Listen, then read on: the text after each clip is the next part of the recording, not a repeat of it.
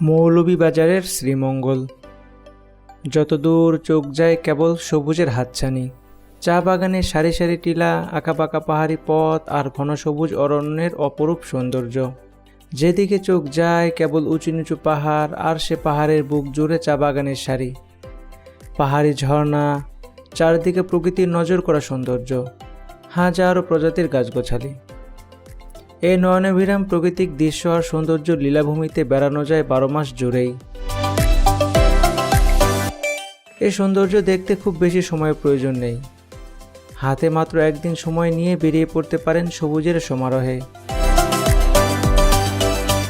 বন্ধুরা, ঢাকা থেকে একদিনে অল্প খরচে কিভাবে শ্রীমঙ্গলে ঘুরে আসা যায়, কোন স্থানের পর কোন স্থান দেখলে সময় বাঁচবে, কোথায় খাবেন, কত টাকা খরচ হবে, বিস্তারিত ধারণা এই ভিডিও থেকে পেয়ে যাবেন। আশা করছি সম্পূর্ণ ভিডিওটি দেখবেন। বন্ধুরা, আরও একটি কথা, শ্রীমঙ্গল ট্যুরটি 2 পর্বে সাজানো হয়েছে। প্রথম পর্বে থাকবে লাউয়াছড়া জাতীয় উদ্যান, Madhabpur lake, Nurjahan tea garden, Sreemangal BGB canteen সীমান্ত 71 এবং 7 রঙের চা। দ্বিতীয় পর্বে থাকবে হামহাম ঝর্ণার রোমাঞ্চকর অভিজ্ঞতা। বন্ধুরা, দ্বিতীয় পর্বটি একদম মিস করবেন না। অনেক তো বকবক করে ফেললাম, এবার তাহলে চলুন মূল ভিডিও শুরু করা যাক। রাত তখন 10টা। আমরা 7 জন টিম মেম্বার পৌঁছে গেলাম সায়েদাবাদ বাস টার্মিনালে। এখান থেকেই আমরা শ্রীমঙ্গলের উদ্দেশ্যে যাত্রা করব। সায়েদাবাদ থেকে শ্রীমঙ্গলের বাস ভাড়া ছিল জনপ্রতি 350 টাকা। বাসটি ছিল মিডিয়াম কোয়ালিটির। শ্যামলী, হানিফ এই বাসগুলো তো যেতে পারেন, সেক্ষেত্রে ভাড়া 400 টাকা থেকে 800 টাকা লেগে যেতে পারে। মহাখালী, গাবতলী, কল্যাণপুর থেকেও শ্রীমঙ্গল যেতে পারেন, আবার ট্রেনেও যেতে পারেন। ট্রেনে কিভাবে যাবেন এর বিস্তারিত ভিডিও ডেসক্রিপশনে দেওয়া থাকবে।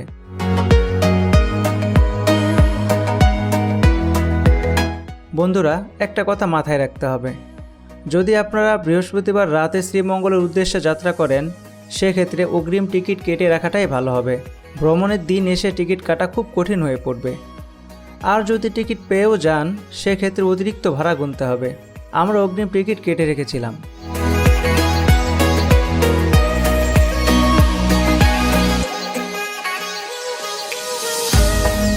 ঢাকা থেকে শ্রীমঙ্গল আসতে প্রায় 5 থেকে 5.5 ঘন্টা সময় লেগে যেতে পারে। যেহেতু সারাদিন ঘুরতে হবে, বাসে যতটুকু সম্ভব ঘুমিয়ে নিন।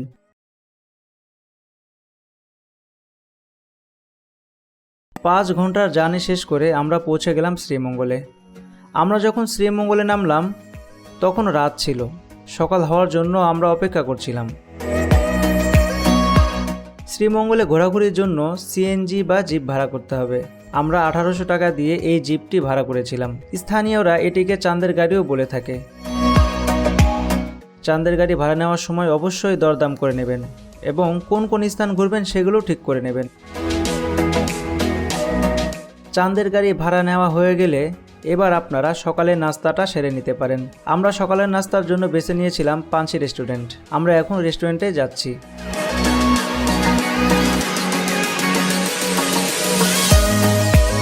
পাঞ্চি রেস্টুরেন্টে আমরা সকালে নাস্তা খেয়েছিলাম চিকেন খিচুড়ি। খাবারের মূল্য ছিল প্রতি প্লেট 50 টাকা।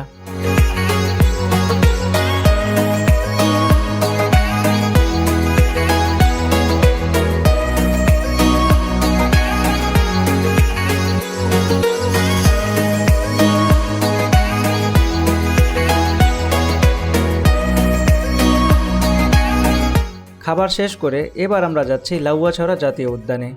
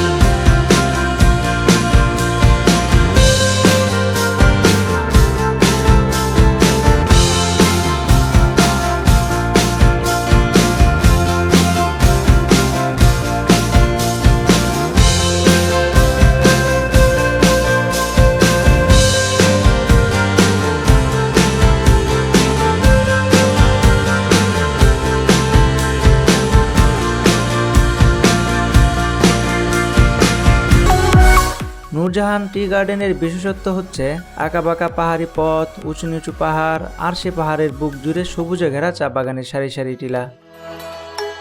মনোমুগ্ধকর সবুজের সমারোহে খানিকটা সময় আমরা কাটালাম।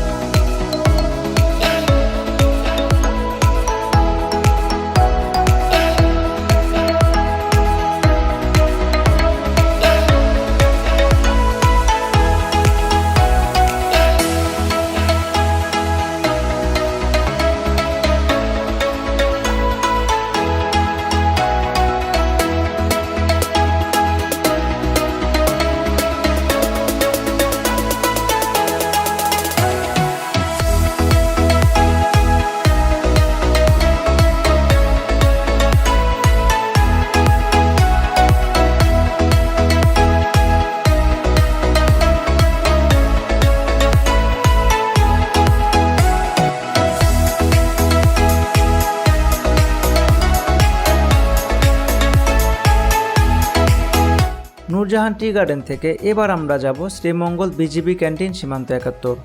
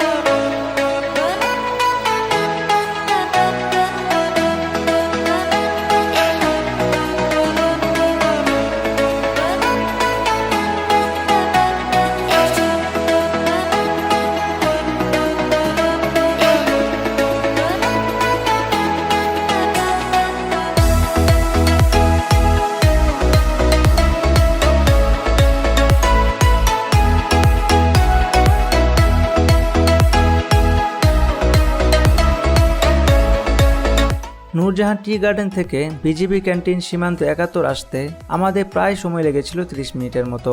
এবার চলুন ভিতরে প্রবেশ করা যাক।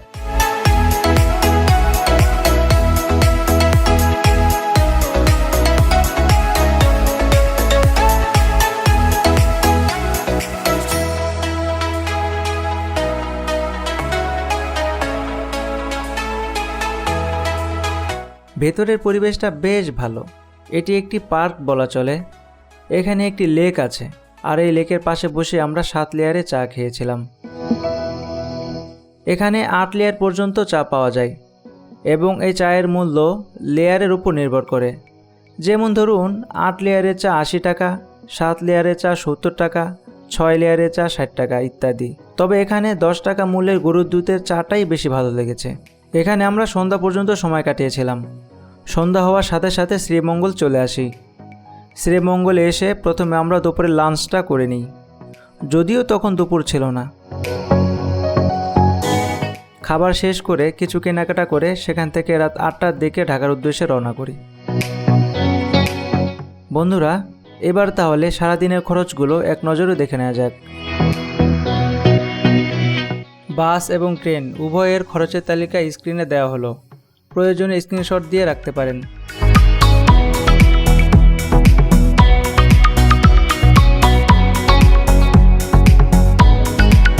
আমাদের এই শ্রীমঙ্গল ট্যুরটি ছিল একদিনের। এই একদিনের ট্যুরটি আপনাদের কেমন লেগেছে অবশ্যই কমেন্টে মতামত জানাবেন। কোনো প্রশ্ন থাকলে করে ফেলবেন এবং ভিডিওটি যদি ভালো লেগে থাকে লাইক, কমেন্ট, শেয়ার করবেন। এরকম আরও ভিডিও পেতে স্বপ্নচিল ট্রাভেল চ্যানেলটিকে সাবস্ক্রাইব করবেন। দেখা হচ্ছে নেক্সট ভিডিওতে। আল্লাহ হাফেজ।